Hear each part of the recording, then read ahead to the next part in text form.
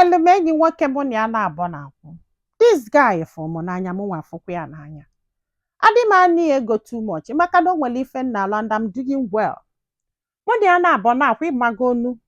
I do not very happy. Nne n'anya bọsị ọ ga-asị m ịmago onu, ask the $1,000,000 question. Will you marry me? Yọta na. Ọ sị m nne na o nwerekwa ife na-eselufe o. Na fa nyọrọkwa onyinye o, na fa akọrọkwa ọnụ. Na the next thing ya na-anụ bụ gịnị? Na ọ nụọ nwaanyị. Without akpọghị ya na phone. Without agwaghị ya anything. Ọ sị m nne ihe a wutie. Ya emesie ka akpọ ya na phone sị na ya ma mkpa ya. Nye ejekwu di wedding o mekwe ni invite. Ọ sị m ihe a wutie. Maka na emere this guy anything n'enu na emere anything na fesere kwu okwu. Na ya na-ene anya bọsị a ga-asị ya wili because na fa na-abadugo matured to get married. Ọ sị m nye move on. Nya jụrụ ya, nya kpọ okwu ya. Nya chọrọ ịgba ama na ịgbago onu. Ya weli azịnụ na nwoke ka ọ dụ n'aka mana still it was a very shameful thing because everybody was ihe anya na a ga-anụkwa ya ife anọzi na-anụ nwaanyị. Which means na ọnya nwa do at fault. Ama m ịghọta ebe m na-eje. It was very, ya do very disappointed. Ya wee move on. Lụgbakwa ọlụ ya na-alụ. Pịa. Nya afụ nwoke ga-anụ ya. So, fana abụ kpagide kpasịa. Ọ bụrụ na the guy si alịa sị na ya bụ AA. Why not AS ka ọ bụ? Nyanwa bụkwa AS. Na mgbe ya ji wee chọpụta na-agwasịgo ndị mmadụ na ya ga-anụ. Ịmago na fa akwadosigo before nya wee malụ. So, n'ọkwa na o nwere ife a na-asaachị wee fụ akwụkwọ o ji jụ n'ọgwụ.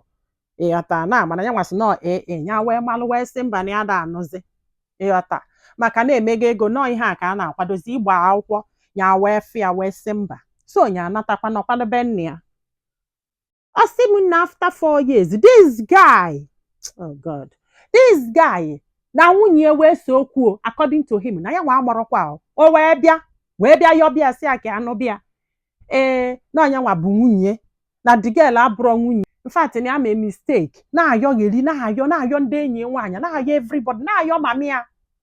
Ya sị ya mba na ya ma nnugo na ọ bụrụ na o nwee ife ya mere i wee choose another woman gịnị ya ada akwụgbuo ya ga-understand mana o nwere ife ya mee which means ndị adụ mma enyi mana ya dọrọ mma ọnụnụ ya chọrọ. Ọ sị m nne kwa mbọsị ọ na-abịa na shop ya bịa na-ayọ. Kwa mbọsị ọ na-abịa na shop ya bịa na-ayọ. So one girl na ebe afọ enyi nwaanyị wee sị ya kweluzie na ọbụgodu na o gburu mmadụ ya wee sị ya na ya chọrọ ọbụkwa na ị chọrọ jee ka ọnụba gị. Ọ sị m nne nye kwụsie ihe a na o mesiro 2 weeks dịka ya ada abịazi ka o si abịa ọ da akpọzi ka o si akpọ. O wee bụrụ na ya na-enyi nwaanyị afọ ayịbago. Oh God. Ya na-enyi nwaanyị afọ ayịbago. Ọ sị m na mgbe ya ji wee malụ na ya pretend kwa ka ọ na ya mara enyi nwaanyị bịa nọ ịmago onye na na-enie.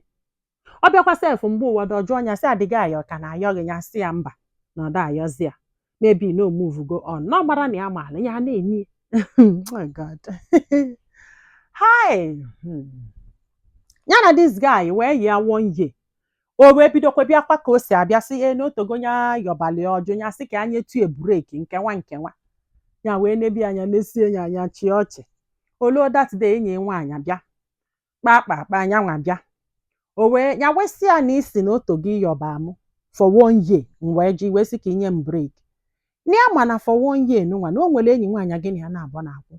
Ọ na o nwere ọ sị nya nwa hey mbakwa na o nwere kwa na o nwere si the girl ma o nwere onye ya na ya na-abọ na-akwụ. The girl ekwuru okwu ya wee sị ya ikwuru okwu na-esele okwu ha na-abọ kụja. Ọ bụ na unu sele okwu na-agwanụ m maka na mgba na unu na-abọ na-akwụ ajọst m na ọ bụ unu nkịtị ka unu kwujuo afọ unu. Afụgo m na ife ọbụla nọ na sket nọ ife bụ na o nwere ife megide ka ịnọlụ n'ofu nwaanyị. Ọ sị na ọgbago ka ụmụ nwoke si eme ịmagonu ọ bụ na efufuru ibọ gị jekụchalụ bife n'ọnwa anyị chi agazi ọkpa n'ụlọ. This boy a na-aṅụ iyi n'elu na-aṅụ iyi n'ala na-aṅụ n'etiti na-abụ nọ maka na ya nụbi anụ ka a ji wee sechalụ firi ibọ gị. The other girl wee sị afiri ibọ gị wee palụ mmiri ido na kọp ya wee kwa anya otichesie akwụ ya the girl tọn ọjawalụ na eghere dị ọnụ. Ọ sị m na ihe a ji wee wetala anyị akụkọ bụ na this guy ka na-akwụgharịkwa na-ayụ ya na-akpọ ndị befe na-agwa everybody ya chọrọ ịnụ ya biko ife ya mere ya gbaghalụ ya ama mmezi ya ga-adị faithful ya ji eji nwunye nke a na ya sere okwu ma o jidenugo ya na nwaanyị mfade ike gwụrụ ụmụ nwoke chai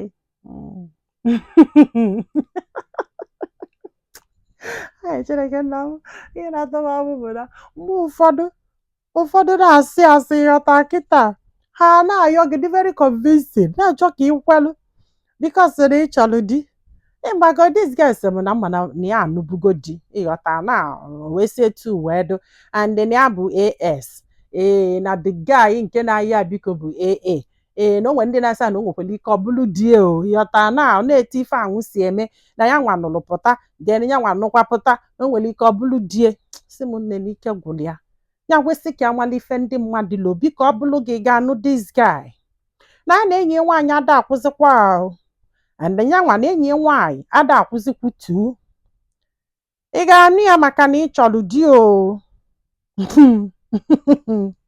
ka ị ga-asị mba na nwoke a fụrọ gị n'anya n'ịdụ mma enyi mana ịdọrọ mma ọnụnụ anyway amụrụ m ife m ga-agwa gị mana